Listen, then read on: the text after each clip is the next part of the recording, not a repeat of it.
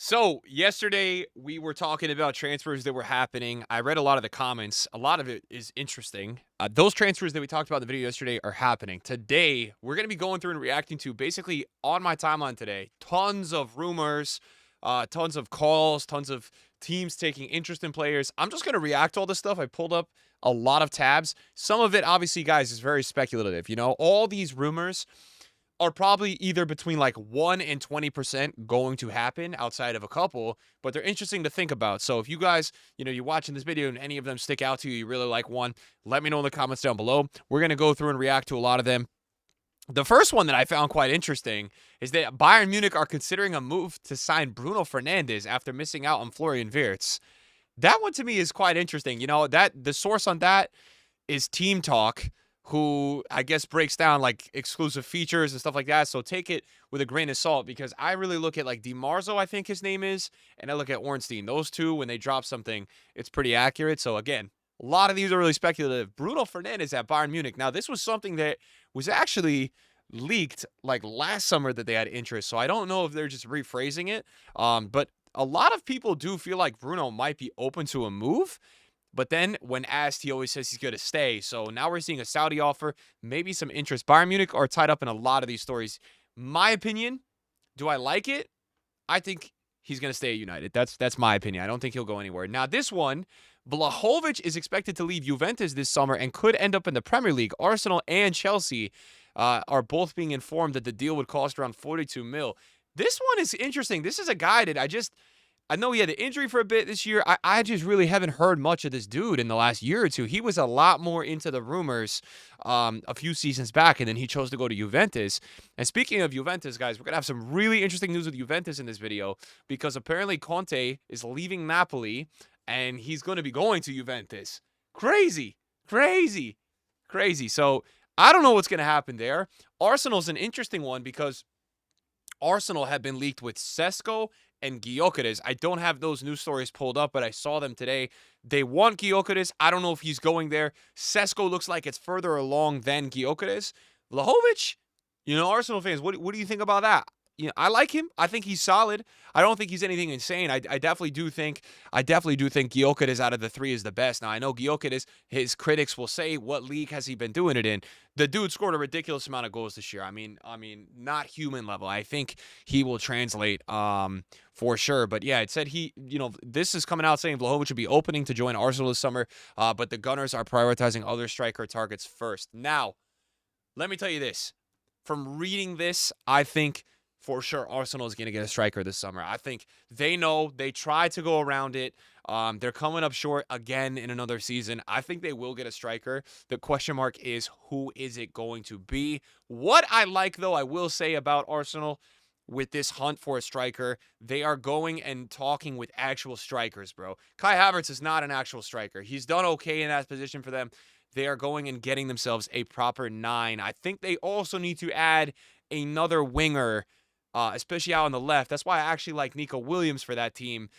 Because imagine you get, Nico Williams, Sesko, Gyökeres, and Saka, bro. That's a lot better than Martinelli, Havertz, and Saka. I think Saka needs more up there. I think they need some more creative. So that's something that we'll be seeing. Look, Conte leaving Napoli apparently, and they're going to get Allegri.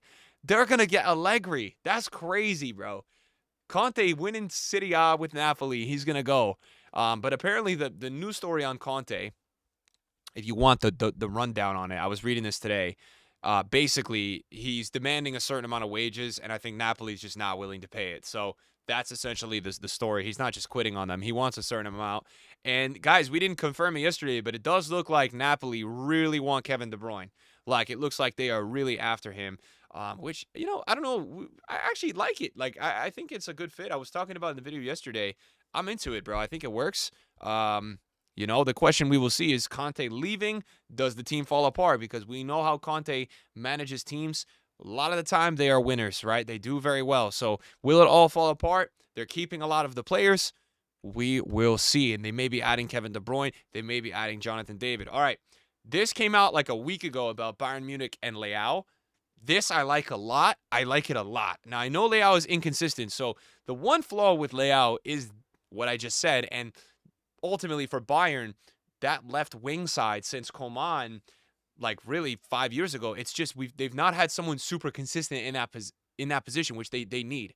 So, some will say, is Leao the right fit for them? I don't know. I don't even know what price Leao is going to cost, but I know that Bayern have been leaked a lot with Leao. I could see Leao going to Arsenal as well. I do think Leao would be a good fit there. Just another shout, that I'm thinking for another team he could go to. It does feel like Leao is going to make a move in the next year or two, though. He's just been linked way too much, I feel like, with so many teams. So I would love to see Leao at Bayern Munich or Arsenal. I feel like those would be the two likely places to go. I don't see him going anywhere else. Don't think Barca's going to get him. I mean, Barca to me don't even need, like, they wanted Nico Williams. I don't even think they need him, bro. Look at how they went this season. Rafi on the left, Yamal on the right. I don't think they need him. I definitely think Bayern or Arsenal could benefit. And again, this is all apparently after missing out on Florian Wirtz. Also, Mitoma from Brighton. So that's interesting as well. Is another candidate. So expect to see Bayern Munich making a lot of signings. We could definitely expect that. Looks like they're totally going to. Liverpool and Newcastle are set to battle it out for Brighton forward Pedro. Joao Pedro. Now, I personally think Newcastle is probably the better play for him, although Newcastle do have a lot of strikers, but I think we may see someone end up paying up for Isak. So we'll see. But again, he's very expensive. So in that case, I guess that would fall through probably. I mean, Newcastle are probably trying to cover themselves for a backup striker, I would assume. Bayern Munich as well. This is what I was saying. They're in so many of these. Eze. Okay, so they're contemplating a move for Eze. Now, this one is really speculative, right? Because I'm going to give you two reasons. The source is the Mirror, which is not very accurate. And the second one is they're saying contemplating. Like, that's a cover your ass way to say, like, we're just tweeting this to make 384,000 views. But man, how funny would that be? Bayern Munich ends up taking Crystal Palace's best two players in the span of like 2-3 years, and Eze and Olise just go to Bayern Munich and go crazy. That would be pretty funny to see. But yeah, obviously this one happening, the likelihood, I don't know. Maybe Eze seeing what Olise has gone there and done, and he's been insane. I mean, Olise's had one of the best seasons in football this year, so maybe that's a factor. Real Madrid have identified PSG midfielder Vitinha as their preferred midfield signing to replace Luka Modric. Okay, now Real Madrid definitely need a midfielder. Vitinha, Joao Neves, insane players, bro. These two guys on any team in the world would benefit the team massively. My question to Vitinha is, would he leave a PSG project if they won this season with how good they were? Like, would he leave that project to go to Real Madrid? Is Real Madrid that influential of a club that no matter what, if they come calling, you just leave? Well, Mbappe went right there. So, I don't know. But I do feel like if you win the Champions League, all right, a lot of times you want to probably try to run it back, right? And so if PSG do get it done, does that change things? If they don't win, is this something that maybe this could happen? I don't know. Obviously, he would be a very good player at Real Madrid. He's so good, guys. Amazing footballer. And I can totally see that. Bit of a weird one, man. Jack Grealish, guys. I feel like we haven't even talked about Jack Grealish in forever, but this guy basically, him and Foden this year, I don't even know what happened to these two, bro. Like, Grealish, I don't even see playing anymore. It makes sense that he wants to leave. Grealish is a guy that he's going to be wanting to play for the national team. He played so well pre-Man City, and I think he just fell into the product of being in a system. So Aston Villa, Newcastle, and Spurs are all trying to get him.